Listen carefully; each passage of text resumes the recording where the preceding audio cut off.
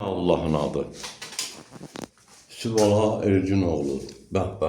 Hoş gəlibsən. Nətərsən? Yaxşısan? Elay bala. Can. Öpürəm. Yoska bala. Çeçenka Yoska. Sağ ol. Sağ ol Yoska. Əla. Gözəl ifalarıydı. Yəni bu nətər deyim, o çox adama maraqlı gəlir. Yəni bizə maraqlı deyil. Çünki biz həmişə bunun içində 4 ildir bunun içindəyik. Mən bilirəm ki, mənim düzəltdiyim silah birbaşa onluq vurur. Sağ ol, gözəl ifalarıydı. Nuru bala, Can, Göygöl, öpürəm. Nətərsən? Yaxşısan? Ya Allah'ın adı. Nuru söz səndə.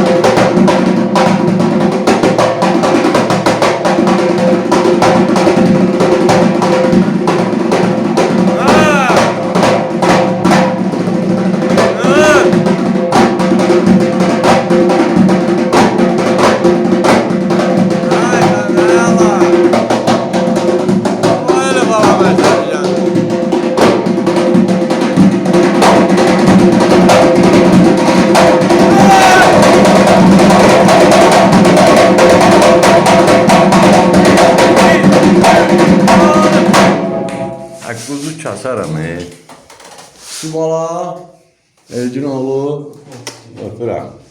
Sağ ol. Sağ ol. Nuru bana bax. Vüsal kişi bax təlimə. Öpürəm. Vay. Çeçenka Yoska. Abdullah kebabı da bunun tarih. Öpürəm. Elay bala sənin qoydan alaram. Sağ ol. Sən xoş gəlibsən. Yəni görülən işlər budur. Mən həmişə demişəm, yenə də sözümün ağasıyam. Eli bala məktəbi gəncə, bax budur. Elləniz mənim yaşayış yeri Gəncə şəhəri, iş yerimiz Dəmiryolçular Mədəniyyət Sarayının qapısı xalqın balalarının üzünə açıqdır. Biz hazırıq qəbul eləyək. Nəyi biliriksə də. Tələblərlə paylaşır. Hə, indi bir dənə statusluq qaşaq qovala.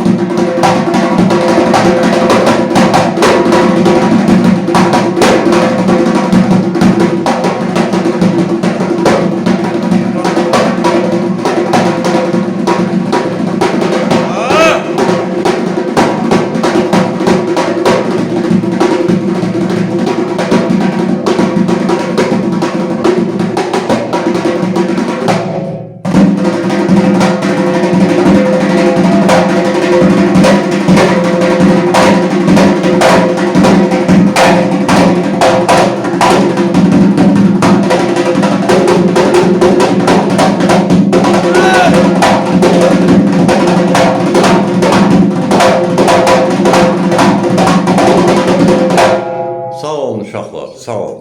Subala, sağ ol. Sağ ol, məla.